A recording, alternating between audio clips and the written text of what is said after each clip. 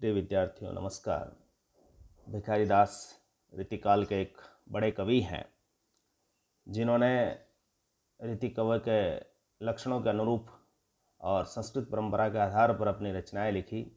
काव्य निर्णय उनका महत्वपूर्ण ग्रंथ है, लेकिन जो संकलित अंश आपके पाठ्यक्रम में है उसमें उनके भक्ति पदों को समाहित किया गया है और यह माना जाता है कि वे राम के भक्त थे, विष्णु के भक्त थे।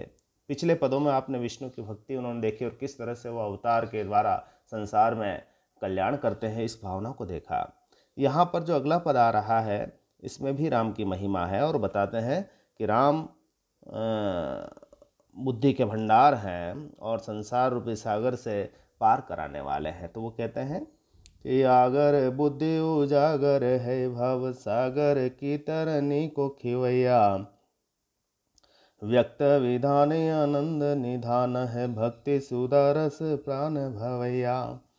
जान है अनुमान है मन मान के दास भयो है शिवैया, मुक्ति को धाम है राम को दाम है राम को नाम है कागद गैया। यानी वह बुद्धि के भंडार है। आगर का मतलब होता है भंडार और उजागर है, यह सारा संसार जानता है कि वह बुद्धि का भंडार है, अपनी बुद्धि के द्वारा सारे संसार का संचालन करते हैं। और भव सागर की तरनी को खवैया है। इस संसार एक सागर है और उसमें राम नाम रूपी जो माध्यम है वह एक नाव की भांति है। सागर में यदि व्यक्ति अकेला हो और उसके पास सहारा नहीं हो तो उसे डूबना तय है, लेकिन यदि उसके पास नाव है तो वह तट पर जा सकता है। तो संसार भी क्या है कि मोह माया काम क्रोध लोभ आदि विकारों से और मनुष्य उनके वशीभूत होकर के संसार में सारी गतिविधियां करता है और अपने आप को अनुरक्त करता है। परिणाम स्वरूप वह संसार से मुक्त नहीं हो पाता, मोक्ष को प्राप्त नहीं कर पाता, भगवान को प्राप्त नहीं कर पाता। लेकिन जो राम की भक्ति को धारण कर लेता है तो वह उसके लिए एक तरह से इस सागर में नाव की भांति को प्राप्त कर लेता है और संसार सागर से पार हो जाता है। आगे वो बताते हैं कि व्यक्त विधान आनंद निधान है भक्ति सुदरस प्राण भवैया। वह व्यक्त विधान है, आशय क्या है, यानी जो विधान है, मर्यादाएं हैं संसार की, उसका उन्होंने न केवल अपने जीवन में आचरण किया बल्कि संसार को एक तरह से उपदेश भी दिया। तो विधान की भांति उन्होंने अपने आप को व्यक्त किया कि किस तरह से संसार में मर्यादा मार्ग पर चला जा सकता है और अपने आप को मर्यादा पुरुषोत्तम के रूप में स्थापित किया। भक्तों के लिए वह आनंद के निधान है, उन्हें आनंद प्रदान करने वाले हैं, उन्हें संसार से मुक्ति प्रदान कर परम धाम की ओर ले जाने वाले हैं। और इसीलिए कवि कहते हैं कि भक्ति सुधारस प्राण भवैया, और भक्ति रूपी अमृत के प्राण है। यानी राम की भक्ति होने पर ऐसा लगता है कि जैसे कोई अमृत का पान हो गया और अमृत की प्राण होने से व्यक्ति अमरता को प्राप्त हो जाता है। उसी प्रकार से जो राम की भक्ति को प्राप्त कर लेता है वह अमरता को प्राप्त कर लेता है। आगे कवि कहते हैं कि जान यह अनुमान यह मन मान के दास। और यही जब कवि ने समझ लिया कि वो इस तरह के हैं कि बुद्धि के भंडार हैं, संसार सागर से पार कराने वाली नाव है, आनंद के निधान है और स्वयं मर्यादा पुरुषोत्तम है और जिसकी भक्ति को प्राप्त किया जा सकता है, तो कवि ने कहा कि जान यह अनुमान। और मैंने ये जान लिया और मैंने अनुमान कर लिया और मेरे मन ने भी मान लिया कि तुम्हें राम का दास होना चाहिए, और इसी तरह से मैंने अपने राम को दास बन गया हूँ, राम की भक्ति को प्राप्त कर रहा हूँ। और इसीलिए क्योंकि कि मुक्ति को धाम है, राम तो स्वयं मुक्ति के धाम है और राम को दाम है, राम को मैंने पकड़ रखा है, राम नाम के दाम को पकड़ रखा है, रस्से को पकड़ रखा है और राम का नाम का ही मेरे पास कागज है और इसी आधार पर मैं उसको गा रहा हूँ गैया। यानी राम के नाम को मैं अपने कागज पर लिख कर गा रहा हूँ, यानी कविता के माध्यम से, अपने पदों के माध्यम से मैं राम की भक्ति कर रहा हूँ। मुझे पता है कि वह मेरे लिए मुक्ति के धाम है और मैंने राम के नाम को पकड़ रखा है। तो आपने इस पद को देखा जिसमें रूपक अलंकार तो दिख ही रहा है आपको, भवसागर, इसी तरह से आनंद निधान में भी है, सुधा रस में भी है। तो ये सब, और देखो आप अंत्यानुप्रास देखिए आप, धाम है, राम है, दाम है, राम है, नाम है का, तो ये सब शब्द जो मम अंत्यानुप्रास की भी छटा शानदार है। और इसमें राम की भक्ति है तो भक्ति रस अपने आप में ही है, प्रसाद गुण है, सीधा साधा पद है जिसको कोई लाक्षणिकता निकालने की आवश्यकता नहीं है और न ही कोई इसका व्यंजनामूलक अर्थ है। कुल मिलाकर इसमें भक्ति की गई है, श्री राम की भक्ति की गई है। भाषा यहाँ पर साहित्यिक ब्रज है। अगला पद हम पढ़ते हैं, जहाँ भी कवि जहाँ पर भिखारी दास राम की ही भक्ति कर रहे हैं। वो क्या कहते हैं कि जानो न भक्ति न ज्ञान की शक्ति, हो दास अनाथ अनाथ के स्वामी जू। मांगो ही तो बर दीन दया निधि, दीनता मेरी चित भर हामी जू। जो बिच नाम के नेह को ब्योर है, अंतर जामि निरंतर जामि जू। मोर से ना कुरु चेर से ना तजे, राम नमामि नमामि नमामि जू। जानो न, अपनी असहाय अवस्था, एक जो भक्त होता है वह निश्चल होता है, अबोध होता है, उसे पता नहीं होता है कि भक्ति का स्वरूप क्या है और कैसे वो भगवान को प्राप्त करते हैं। यहाँ विनय पूर्वक उनसे निवेदन कर रहे हैं। क्या करते हैं वो? कहते हैं कि जानो न भक्ति न ज्ञान की शक्ति। है भगवान, मैं भक्ति को नहीं जानता हूँ, मैं आपकी भक्ति कैसे करूँ, इससे मुझे परिचय ही नहीं है। और न ज्ञान की शक्ति, और ज्ञान की शक्ति भी मैं नहीं जानता हूँ कि ज्ञान मार्ग से कैसे भगवान को प्राप्त किया जा सकता है। जैसा कि पिछले संतों ने, साधकों ने, ऋषियों ने कहा है, तो मेरे पास न तो ज्ञान की शक्ति है, न भक्ति का स्वरूप मुझे आता है। मैं तो सिर्फ क्या हूँ? हो दास अनाथ, मैं एक अनाथ दास हूँ, मेरा कोई स्वामी नहीं है। और ऐसी स्थिति में सिर्फ मैं आपके शरण में हूँ, और अनाथ के आप मेरे स्वामी हैं, और इस अनाथ का कोई सहारा नहीं है। इसीलिए मैं आपसे विनती करता हूँ कि आप मेरे स्वामी हैं और इस अनाथ की रक्षा कीजिए, और मेरे को भक्ति का दीजिए, ज्ञान की शक्ति दीजिए। मैं क्या मांग सकता हूँ आपसे?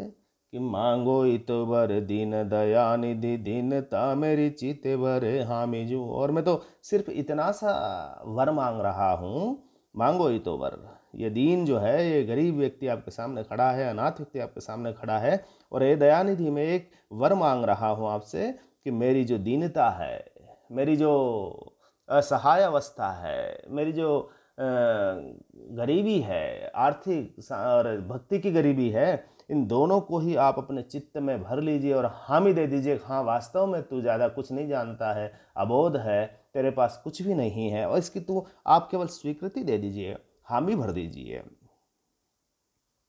क्योंकि मैं जानता हूँ कि जो बिच नाम के नेह को ब्योर है, अंतर जामि निरंतर जामि जो। मुझे जो पता है कि आपके नाम का जो स्नेह यदि मुझ पर मिल गया, तो मैं आपके अंतर्यामी स्वरूप को जान जाऊंगा। आपके नाम का मुझ पर कृपा हो गई, आपकी कृपा जो यदि हो गई, तो मैं आपके नाम के नेह में डूब जाऊंगा, और आपके अंतर्यामी स्वरूप को निरंतर जाप करता रहूंगा, और उसकी शरण में आ जाऊंगा। सिर्फ आपकी स्वीकृति की देर है।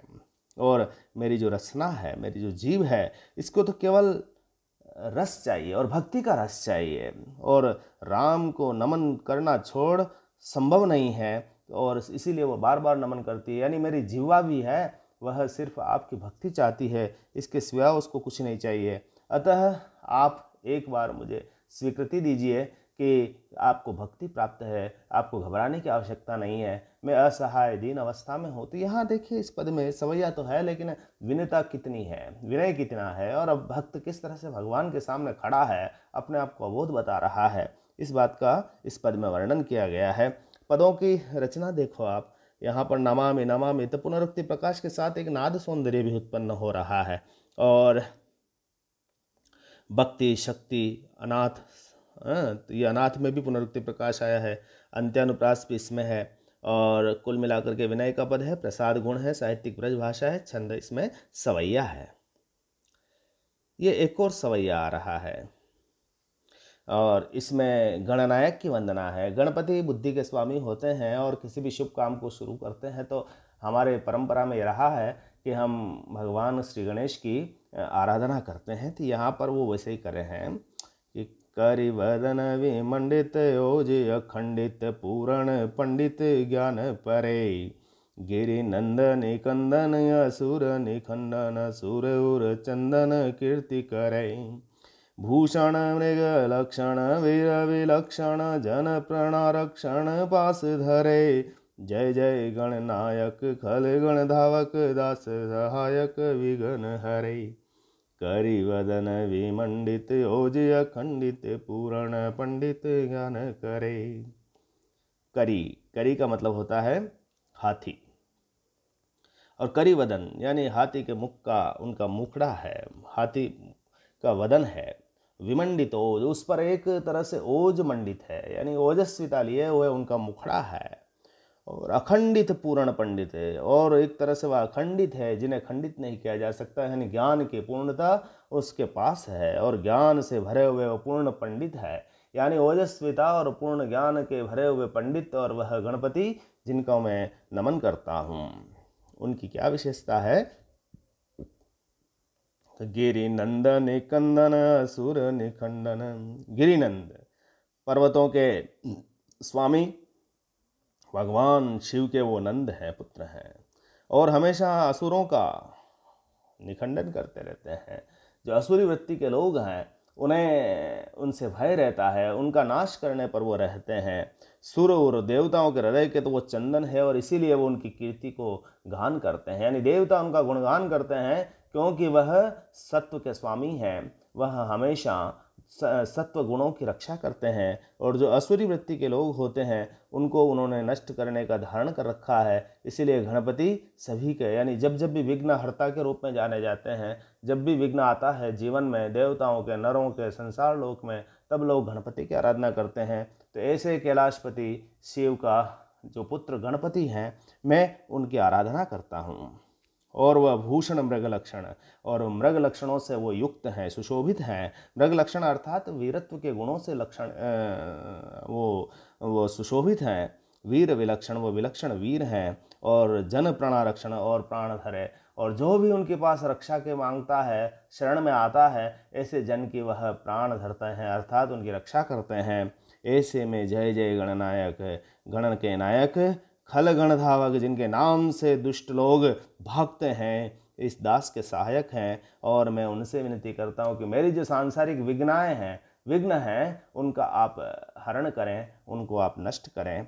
तो यहाँ पर गणपति की वंदना करते हुए भिखारी दास ये आशा करते हैं कि जो भी सांसारिक विघ्न हैं, उनके क्रियाकलापों में, उनके मार्ग में जो बाधाएं हैं, उनका आप हरण करें और उसे भक्ति का आश्रय प्रदान करें।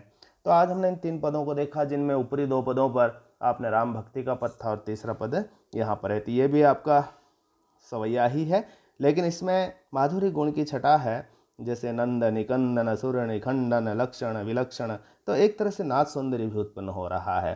तो साहित्यिक ब्रज भाषा में जिस तरह से इन्होंने सवैया लिखा है, तो वो आप उसको अच्छी तरह से पढ़ें और उसका अर्थ करने की कोशिश करें। बहुत बहुत धन्यवाद। आज इतना ही।